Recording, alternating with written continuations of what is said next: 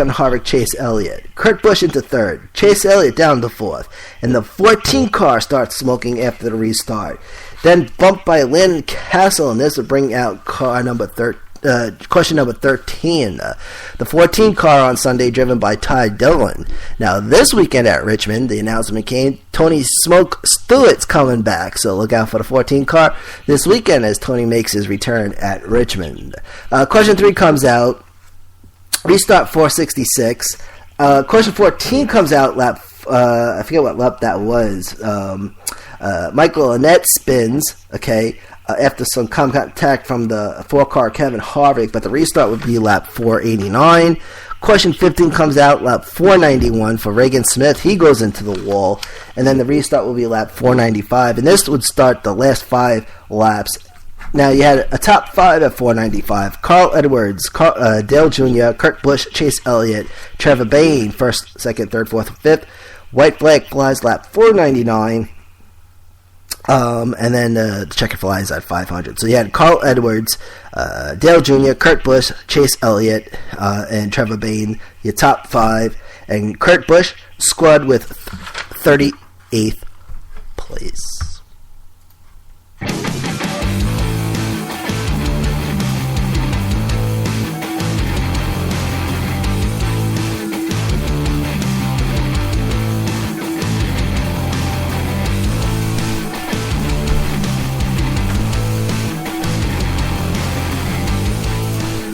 So on Saturday was the Fitzgerald Glider Kits 300. This was, I think it was like an hour and, oh no, wait. First off, before we get to that, you had the 2 heat races, which was, I guess, something new. It's kind of fashioned, from what I've gathered, pretty much like the Can-Am duel that they did at the beginning of the year. Now, they had this Dash for Cash thing. Basically, so heat number 1 determined the inside lane starting position for the main event, and then heat 2 determined the outside lane starting positions for the main event, which would be the Glider Kit 300. So the winner of heat race 1 was Eric Jones and Justin Allgaier. Eric Jones finishes first. Justin Allgaier comes in 4th. Now, what happens is the winner of the heat races, there's 2 guys from heat 1 that they pick, and 2 guys from heat 2, and they eligible for the Dash for Cash. So if any one of those 4 wins the main event, they win the Dash for Cash. In this case, it was Eric Jones. And then heat number 2, the 2 Dash for Cash eligibles were Ty Dillon and Daniel Suarez. Then you finally got to the main event that started at 2:09, ending at 3:19. I think it was like 1 hour, 10 minutes, or something like that. Yeah, 1 hour, 10 minutes, obviously. So, Eric Jones, the pole sitter. Top 3, lap 3, Eric Jones, Austin Dillon, Kyle Larson. Then at lap 30, it was Eric Jones, Kyle Larson, Austin Dillon. 23 cars on the lead lap at lap 36. Then lap 38 would bring out question number 1. Ryan Ellis, the 97, accident at turn 4. Spins, goes from the outside down to the apron. Ryan Preece gets the lucky dog designation, and the lead has come to pit, and restart will be lap 47. Eric Jones in the lead. Jeremy Clements gets popped with an uncontrolled tire. So, top 3, lap 47, Eric Jones, Kyle Larson, Austin Dillon. Lap 48, Eric Jones, Kyle Larson, Kyle Busch. Jones, Larson, Busch. The 42 and the 18 going at it for try to get some action done. The 62, Brennan Golan almost loses it. That was an incident. But so question number 2. Okay, I'm gonna just skip around a little bit to save some time. Question 2 will fly at lap 125. The 70 car, Derek Culp spins turn 2. Brandon Jones would be the lucky dog there. Kyle Larson in the lead into the restart. That would be at lap 132. So you had Kyle Larson, Kyle Busch, Daniel Suarez. Kyle Larson led only 0.12 seconds over second place Kyle Busch. So the 42 and 18 now fighting for first place. The 18 would take the lead at lap 140, but Lawson takes the lead right back. And it looked like Kyle Larson was going to win this race, the way Kyle Larson was winning. And if you watch the whole race, which I'm assuming some of you all, some of us do, fellow race fans, if you saw Kyle Larson taking care of business, he wound up losing. Eric Jones wound up winning. And that's what makes racing fun. Top 3 lap 143, Kyle Larson, Kyle Busch, Daniel Suarez. Some dirty, gritty racing. Rowdy getting rowdy, but Larson being relentless. Getting into lap traffic a couple times. Looked like Busch was going to take the lead, but Larson not giving in. Back and forth with a touch of bumping, but the 42 holds on to the lead, and then at this point it looked like it was going to be Kyle Larson winning it. Then the number 90 car goes into the wall, and the 16 gets a little piece. That brings out question number 3, lap 188. The 90 car by Mario Gosselin and Ryan Reed in the 16. So Gosselin gets contacted by Ryan Reed, sends the 90 into the wall, and then the restart would be at lap 197. And there was only 200 laps in this one. So top 3 lap 187 was Kyle Busch, Eric Jones, Kyle Busch. Then what happens is that Kyle Larson drops down to second. Eric Jones, somehow Eric Jones got ahead of Kyle Larson at lap 299. Kyle Busch tries, but Eric Jones flies. Here's what happens. Kyle Busch gets into second. So then you had Eric Jones and Kyle Busch top 2 that very last lap. And Kyle Busch just trying to get past Eric Jones, but Eric Jones was not letting that happen. They're teammates, so Eric Jones, of course, is the winner there. So Eric Jones, Kyle Busch, Kyle Larson, Austin Dillon, Justin Allgaier makes up the top 5.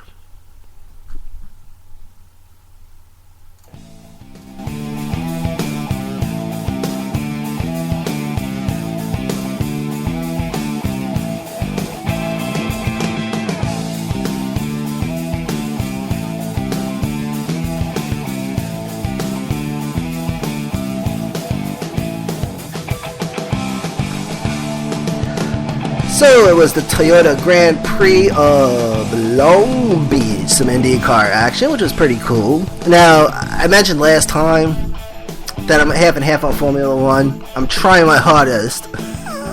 Last Sunday was pretty much unsuccessful. I got some notes, but we're not even getting into it today because I don't understand what I wrote. I was half asleep.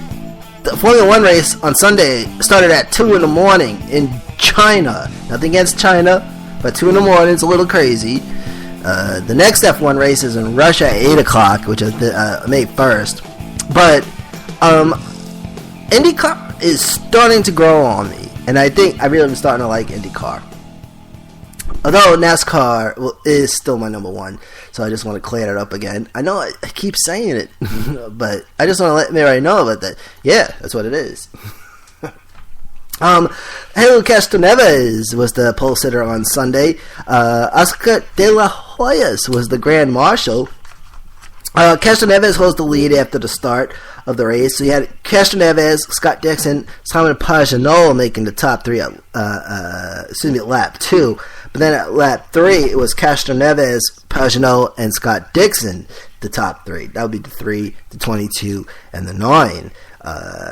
Castroneves at lap 11 with a 1.48 second lead over second place Pagenaud, and a 2.50 second lead over third place Scott Dixon. And this would be the top 3 all the way until lap 26, when the first round of green flag pit stops would take place. Top 3 lap 30. After the green flag pit stops, you had Charlie Kimball in first, Castroneves running second, Scott Dixon in third. That would be the 83, the 3, and the 9. Charlie Kimball with a 3.83 second lead over second place Castroneves. But Castroneves would take the lead back. Scott Dixon will move back into second. Charlie Kimball will drop down to 15th. Top 3 lap 33. Castroneves, Scott Dixon, and Simon Pagenaud top 3. Castroneves with a 2.07 second lead over second place Scott Dixon, 3.79 second lead over third place Simon Pagenaud. There was another round of green flag pit stops, and so Charlie Kimball, I think, got lead a little bit. But Pagenaud took the lead. And then you had Scott Dixon running second. Castroneves back up to third. Now, Castroneves got a violation. I forget what it was. And Pagenaud was reviewed because his tires, I think, was outside the pit box or something like that. But top three, lap 57 was Pagenaud, Scott Dixon, and Helio Castroneves. The white flag would fly at lap 79. Checkered flag flies at lap 80, and that was it. So you had Simon Pagenaud, the winner. Scott Dixon finishing second.